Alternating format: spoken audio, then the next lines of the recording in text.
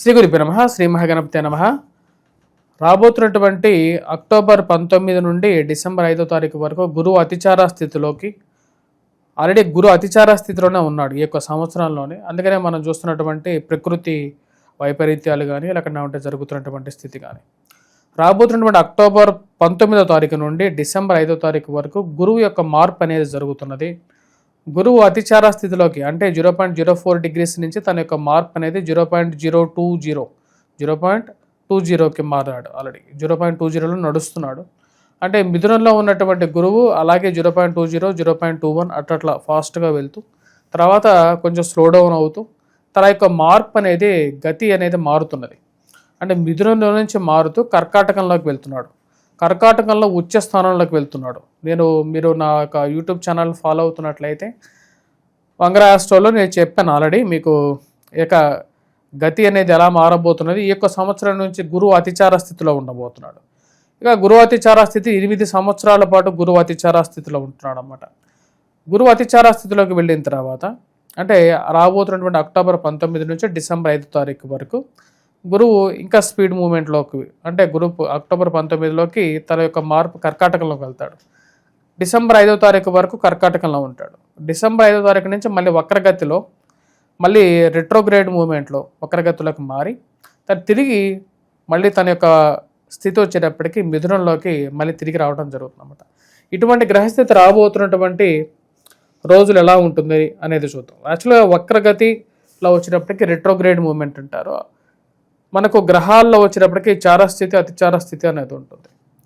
ఈ యొక్క గురువు అతిచార స్థితి అనేది మనం చూసుకున్నట్లయితే 1938 నుంచి 1945 వరకు జరిగింది. యాక్చువల్గా ఆ 1938 తర్వాత మళ్ళీ గురువు అతిచార స్థితి జరుగుతున్నది ఇప్పుడే అన్నమాట.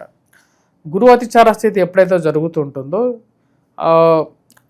ఎలాంటి పరిస్థితులు ఉంటాయి అనేది మనం చూద్దాం. ముందుగా గురువు అతిచార స్థితితో పాటు గురువు మందగమనం కూడా ఉంటుందన్నమాట. అంటే ఒక సంవత్సరం పాటు గురువు ఒక రాశిలో ఉండాల్సినటువంటి గురువు కొన్నిసార్లు గురువు దానికన్నా ఎక్కువ టైం ఉండటం జరుగుతుంది.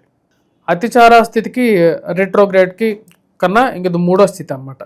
ఇటువంటి ప్రభావం కూడా వచ్చేటప్పటికి మనం 2021 2019 20 21 ఈ టైంలో కూడా చూసాం. అప్పుడు మనకు లాక్డౌన్ జరిగింది. ఇప్పుడు గురువు అతిచార స్థితి అనేది స్టార్ట్ అయింది. గురువు అతిచార స్థితి జరుగుతున్నప్పుడు ఆర్థిక మాంద్యం అనేది ఉంటుంది. మనీ ఫ్లో అనేది డిఫరెంట్గా ఉంటుంది.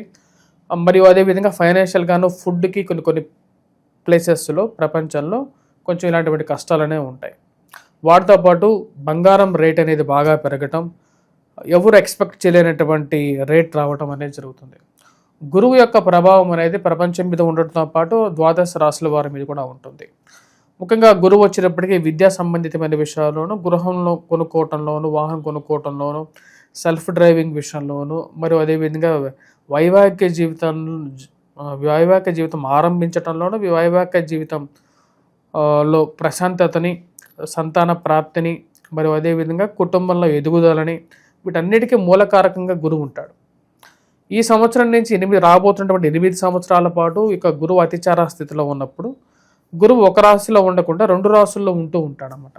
అటువంటి పరిస్థితి రాబోతున్నటువంటి 48 రోజుల పాటు 48 డేస్ ఉంటాడనమాట. అంటే మిథునం నుంచి కర్కాటకంలోకి వెళ్ళి కర్కాటకంలో 48 రోజులు ఉంటాడు. 48 రోజుల తర్వాత మళ్ళీ తిరిగి ఈ యొక్క కర్కాటకం నుండి మిథునంలోకి రావడం జరుగుతుందన్నమాట.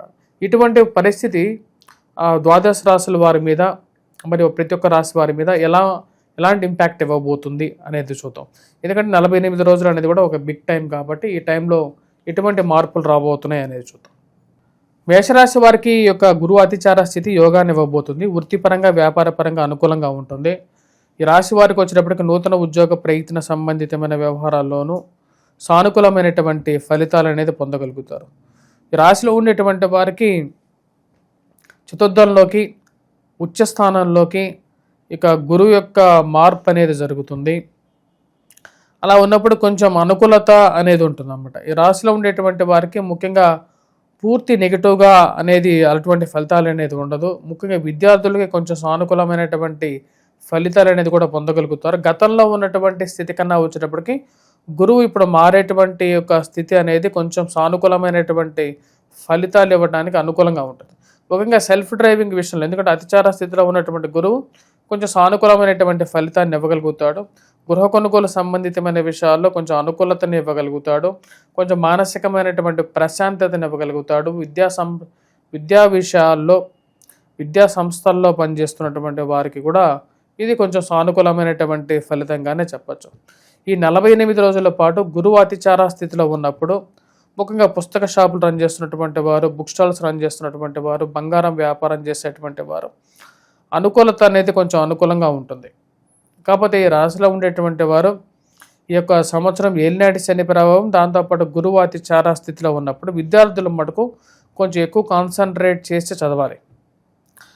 గురువు అనుకూలమైనటువంటి స్థితిలో యోగకారకమైనటువంటి ఫలితాలు ఇవ్వగలుగుతాడు. ఉచ్చ స్థానంలోకి వెళ్ళబోతున్నాడు. కర్కాటకంలోకి చతుర్థ భావం ఈ రాశిలో ఉండేటువంటి వారికి వచ్చినప్పటికీ కర్కాటకంలో ఉచ్చ స్థానంలోకి వెళ్తున్నాడు.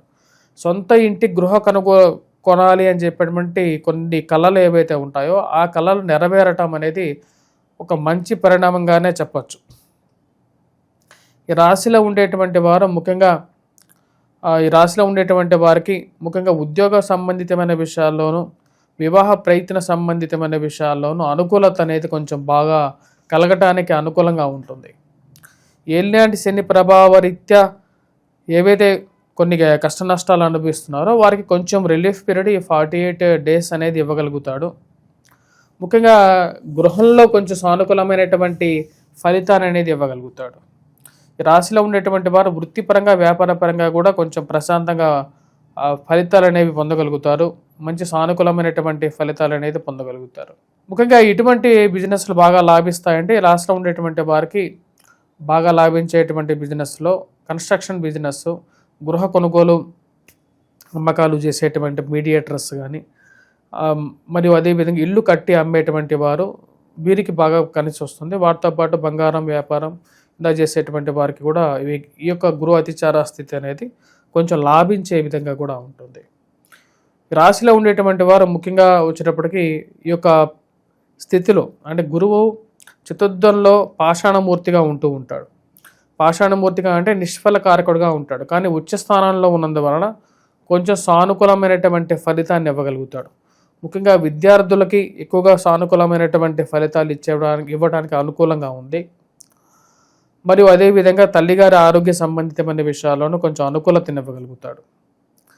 ఆరోగ్యపరంగా వయోవృద్ధులకి బాగా ఇంప్రూవ్మెంట్ అనేది ఇవ్వగలుగుతాడు. మరి వాటితో పాటు ఈ రాశిలో ఉండేటువంటి వారికి ఉద్యోగపరంగా, పదోన్నతి పరంగానూ కొన్ని అవకాశాలు అనేది అందిపుచ్చుకోగలుగుతారు. విదేశంలో ఉండేటువంటి వారికి కూడా ఈ యొక్క ఫలితం అనేది పూర్తిగా యోగాన్ని ఇవ్వగలుగుతుంది. గురువు యొక్క సానుకూలమైనటువంటి స్థితి ఈ యొక్క సంవత్సరం ఈ రాశిలో ఉండేటువంటి వారికి ముఖ్యంగా ఈ 48 రోజుల పాటు అనుకూలమైనటువంటి ఫలితాలు అనేది పొందగలుగుతారు. ఈ రాశిలో ఉండేటువంటి వారు మరిన్ని సానుకూలమైనటువంటి ఫలితాల కోసం ఇటువంటి పరిహారాలు చేసుకోవాలి అనేది చూద్దాం. ముఖ్యంగా వచ్చేటప్పటికీ రాశిలో ఉండేటువంటి వారు ఇటువంటి పరిహారాలు అంటే ముఖ్యంగా దక్షిణామూర్తి శ్లోకాన్ని పఠించడం, మరియు అదేవిధంగా దక్షిణామూర్తి శ్లోకంతో పాటు ప్రతి గురువారం పూట దత్తాత్రేయ స్వామి ఆరాధన చేసుకోండి. ఇవి సానుకూలమైనటువంటి ఫలితాలు ఇవ్వగలుగుతాయి.